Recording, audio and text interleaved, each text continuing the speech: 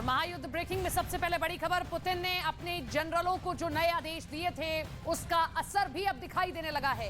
Kharkiv की जंग में रूस दोबारा कमबैक करने की प्लानिंग कर रहा है और अब खार्किव को लेकर ही रूस ने यह बड़ा दावा किया है कि रूस की आर्मी ने खार्किव के कई गांवों पर दोबारा कब्जा कर लिया है। लेकिन अब रूस पर दबाव और बढ़ने वाला है क्योंकि ब्रिटेन ज़ेलेंस्की को स्टॉर्म मिसाइल देने जा रहा है। ये लॉन्ग रेंज मिसाइल है, यानी जो काम बाइडेन नहीं कर सके वो ब्रिटेन ने करके दिखा दिया।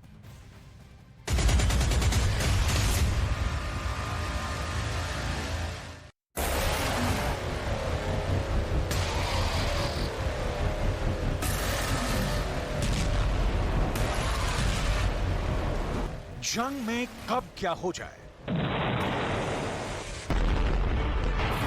कोई दावे से नहीं कह सकता, क्योंकि जंग शुरू तो इंसान करता है।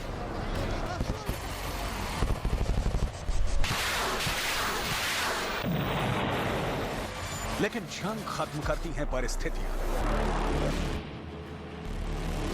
और पुतिन यूक्रेन की जंग तब तक खत्म नहीं करेंगे जब तक उनके लिए परिस्थितियां कठिन नहीं होती हैं। और पुतिन के लिए मुश्किल हालात तभी बनेंगे जब मॉस्को के अंदर मिसाइल अटैक होंगे।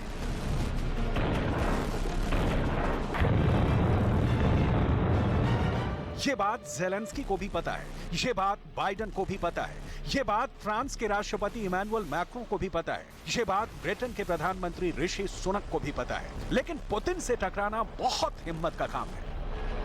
आखिर अपने सिर पर पुतिन से दुश्मनी का तमगा कौन ले? बाइडेन ने ज़ेलेंस्की को ड्रोन दिए,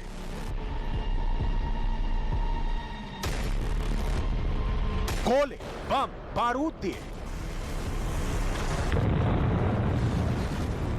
तोपें दी, टैंक दिए, शॉर्ट रेंज स्टेल्थ मिसाइलें भी दे दी। लेकिन बाइडेन ने यूक्रेन को एक भी लॉन्ग रेंज मिसाइल नहीं दी। लेकिन पहली बार ब्रिटेन के प्रधानमंत्री ऋषि सुनक ने वो ऐलान कर दिया है जिसका इंतजार यूक्रेन के करोड़ों लोग तहे दिल से कर रहे थे, जिसके लिए ज़ेलेंस्की इतने दिनों से बाइडेन को भी फोन कर रहे थे, और जिस हथियार का डर रूस की फौज और पुतिन को भी था, वो लॉन्ग रेंज मिसाइल है। वो लॉन्ग रेंज मिसाइल है स्टॉर्म शैडो मिसाइल, जो अब यूक्रेन को मिलने की 100% संभावना है। ये फैसला लेना बाइडेन के बस की बात नहीं थी। लॉन्ग रेंज मिसाइल के सवाल पर यूरोप की तमाम महाशक्तियों के भी पसीने छूट रहे थे, लेकिन इस सवाल का जवाब ब्रिटेन ने दिया है। ब्रिटेन के प्रधानमंत्री ऋषि सुनक ने ज्यादा समय नहीं लगाया और एक बहुत बड़ा ऐलान कर दिया जो यूक्रेन के युद्ध की दशा और दिशा दोनों बदलने जा रहा है। I think you heard from the President's previous answer, Natalia, about the very immediate needs, and that's air defense and long-range missiles. And that's the conversation that we've been having most recently about how can we provide air defense to protect the Ukrainian population. That is those long-range missiles. I think that and all the talking that we've done and the planning for how we can have decisive victory on the battlefield and make progress.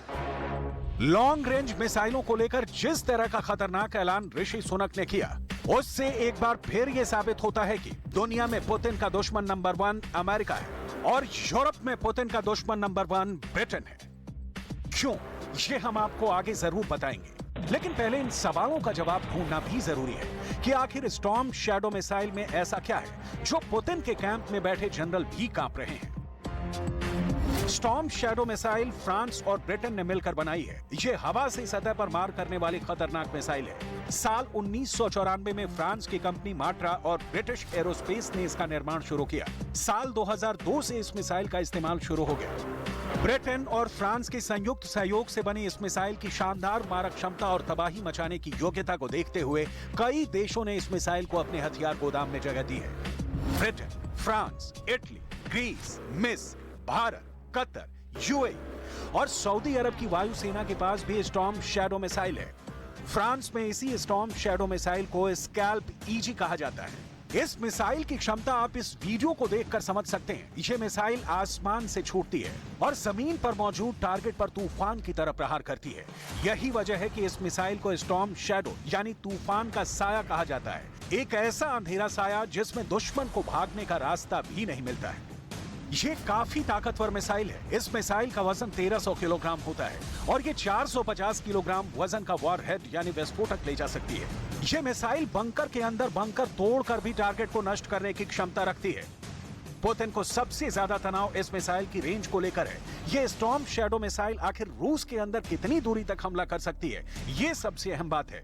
Ukraine के सुमी में रूस के Moscow का air defence लगभग 550 kilometre है और storm shadow missile की range भी 560 किलोमीटर है। यानी अगर ज़ेलेंस्की यूक्रेन के बॉर्डर के अंदर यानी सुमी में ही स्टॉर्म शैडो मिसाइल मॉस्को के लिए लॉन्च करते हैं तो ये मिसाइल आसानी से मॉस्को को हिट कर देगी। सुमी ओब्लास्ट, यही पुतिन की सबसे बड़ी चिंता का विषय है। यही वजह है कि पुतिन के कैंप में टेंशन हाई है। हालत यह है कि पुतिन ने अपने जनरलों को भी बता दिया है कि उनको सुमी ओब्लास्ट पर कब्जा हर हाल में चाहिए, क्योंकि पुतिन को यह भी पता है कि अगर सुमी ज़ेलेंस्की के कंट्रोल में रहता है तो मॉस्को पर हिट करना बहुत आसान हो जाएगा। इस मिसाइल की मिस्ट्री तो आपने देखी, लेकिन इस मिसाइल की हिस्ट्री ऐसी है कि जानकर पुतिन के जनरलों के होश उड़ गए। साल 2003 में इराक के युद्ध में स्टॉर्म शैडो मिसाइल ने तहलका मचा दिया था। लीबिया के गृह युद्ध में भी इस मिसाइल ने टारगेट पर सटीक निशाने लगाए थे। लीबिया के अंदर गद्दाफी के बंकर पर भी नेटो ने इसी मिसाइल से हमला किया था, क्योंकि ये एक ऐसी मिसाइल है जो पहाड़ जैसे फौलादी बंकर में घुसे दुश्मनों को भी तबाह करने की क्षमता रखती है।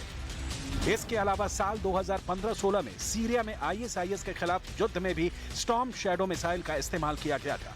अब सवाल यह है कि आखिर इस मिसाइल को लॉन्च करने के लिए कौन कौन से लड़ाकू विमान इस्तेमाल में लाए जाते हैं। स्टॉर्म शैडो मिसाइलें Eurofighter Typhoon, Panavia Tornado, Dassault Mirage 2000 और डसॉल्ट राफेल से भी लॉन्च की जाती है। इस बात की पूरी संभावना जताई जा रही है कि इस स्टॉर्म शैडो मिसाइल के साथ ही यूक्रेन को यूरोफाइटर टाइफून फाइटर प्लेन भी दिए जा सकते हैं, क्योंकि चर्चा है कि यूक्रेन के पायलटों को इन्हीं यूरोफाइटर टाइफून पर ट्रेनिंग भी दी जा सकती है।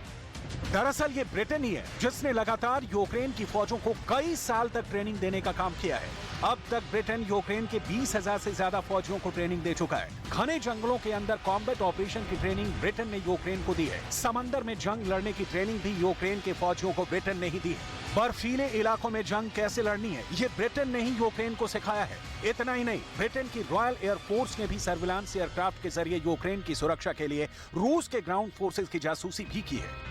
इतना ही नहीं, अब ब्रिटेन के प्रधानमंत्री सुनक रूस के खिलाफ मानवाधिकार हनन के मामलों की जांच की भी बात कर रहे हैं। The peace, we also need to rebuild the international order on which our collective security depends.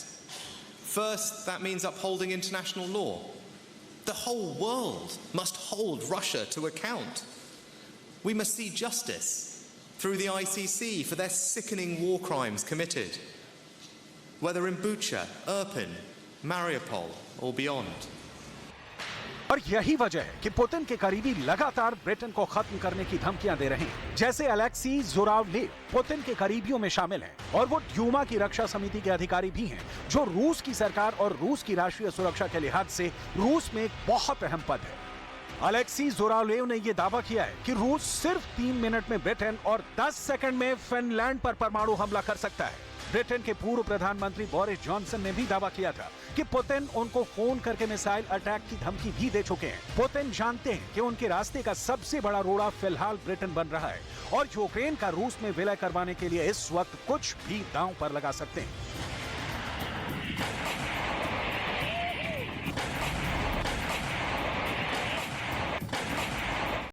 FIR number 208 शनिवार रात 10 बजे से लगातार सिर्फ न्यूज़ 18 इंडिया पर।